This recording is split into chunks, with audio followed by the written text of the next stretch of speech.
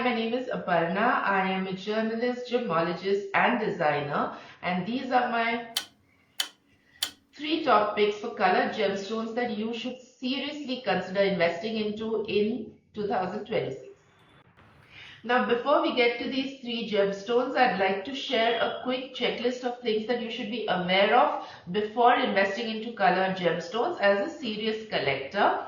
The first is rarity. Now, the term investment grade gemstones may often sound like a marketing gimmick just to hike up prices, something that fancy as showrooms do. But investment grade gemstones are actually just 1 to 2, often not even to 0.5 to 1.5% of the entire market of gem grade stones. Even a very high value stone that is easily available will not appreciate as much as a gemstone that is scarce and truly rare. At number 2, you need to have a slight appetite for risk, because while they offer tangible value and aesthetic appeal like very few other assets, investing in colored gemstones is not like investing in real estate or stocks. Inherently, you need a holding capacity for a minimum of 10 years. Within that, there is a liquidity issue, there is volatility issue. It's an incredibly volatile market. Every gemstone is different. There is no standardized pricing like gold or silver, because the value of each gemstone is determined by a very complex interplay of variables like the dance between market demand and supply, also appraisals, and the characteristics of the stone as well as the provenance of the stone, which is really important. However, having said that, if you check the data like you do for gold, you'll notice that over the past decade or a period of 10 years, the high value, high quality colored gemstones, which also include the top three, which are your Kashmiri blue sapphires, your Mogok ruby, and your Colombian emeralds, have not only maintained value but have also grown in value, which means if you have that slight appetite for risk, you can expect incredible returns in the colored gemstone market.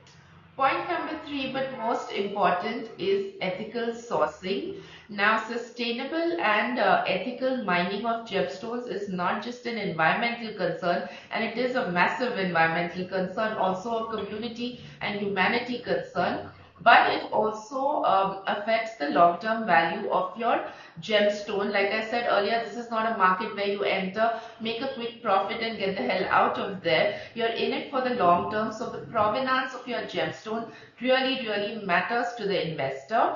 And these days we have AI enhanced blockchain technology, which makes sure that you can trace your gemstones stop by stop to make sure that it is not, your gemstone hasn't been involved in any exploitation.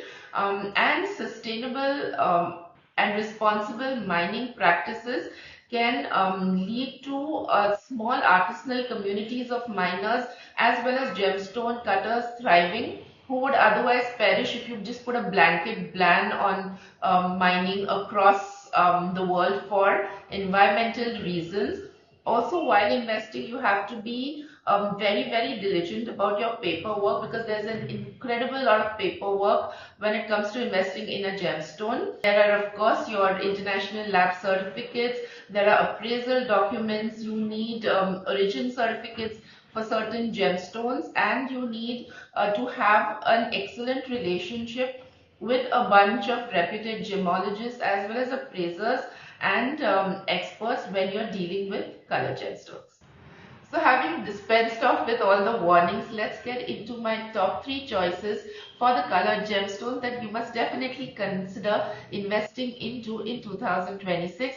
Like I said earlier, the usual suspects continue, whether it's tanzanite, it's alexandrite. You obviously have the top 3, your Colombian emeralds, your Mogok rubies, and your Kashmiri blue sapphires.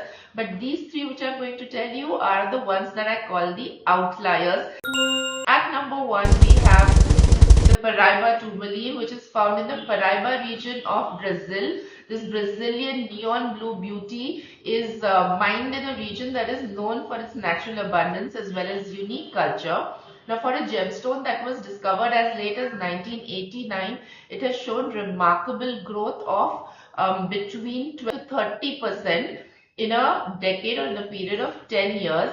In 2022, it registered a record-breaking 118% rise. This was driven by various factors like scarcity, as well as the fact that a lot of luxury brands started using Paraiba 2 millions. Now in 2026, if you are looking to invest in a Paraiba 2 million, you have to invest in a minimum size of a, let's say, 5 to 5.5 carat. In fact, it was last year in September that a 5.44 carat Paraiba 2 million that was set in a diamond platinum ring sold for 9 times its upper estimate asking price at Bonham's in New York. This was the piece, and the upper estimate was $60,000. It sold for 9 times that. And the things that you have to consider, number one is its provenance, because the Paraiba 2 millions that come from Brazil will fetch you the highest price. Next in line are the ones that come from Mozambique and Nigeria, and this must be specified on your lab certificate.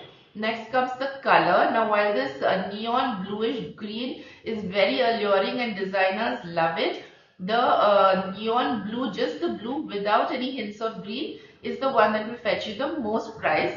And lastly, when it comes to treatments, heat treatments are very common in tourmalines, but the ones that don't, obviously are not treated, will fetch you a higher price. But you have to be really careful to see that your stone is not fissure filled or it doesn't have resin fillings. At number 2, you have the Mogok Blue Sapphire, which is an excellent candidate to understand how scarcity and how provenance can drive the value of a gemstone or a colored gemstone. Now 70% of the world's natural blue sapphires are mined in Sri Lanka, and just 3.1% are mined in this incredibly legendary hilly region of Mogok in Myanmar. Another thing that contributes or tips the scale in their favor, and they have this beautiful royal blue color with violet undertones that often rivals the legendary velvety and cornflower blue Kashmiri sapphires, which are considered the top dogs of blue sapphires. But what tips the scale in favor of Mogok blue sapphires is the fact that they're typically untreated, while over, I would believe, 80% of Sri Lankan blue sapphires are treated and is acceptable in the market.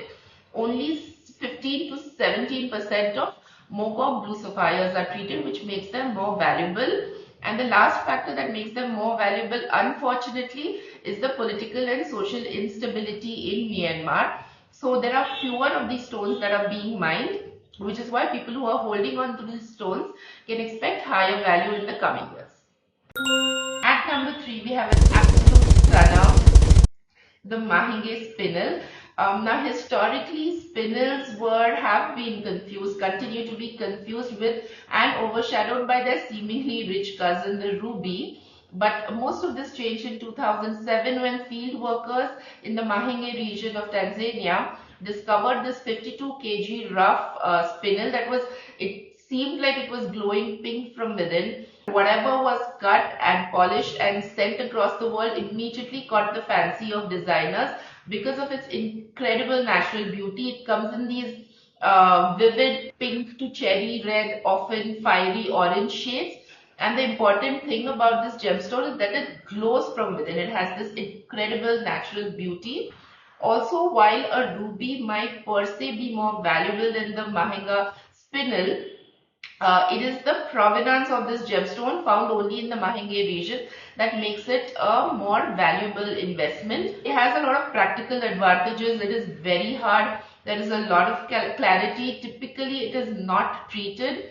It is a 8 on the Mohs hardness scale, which means you can invest in it and wear it daily. So these were my 3 recommendations for the colored gemstones that you should definitely consider investing into in 2026. If you like this video, do subscribe to this channel, and I'll see you in the next video. Bye.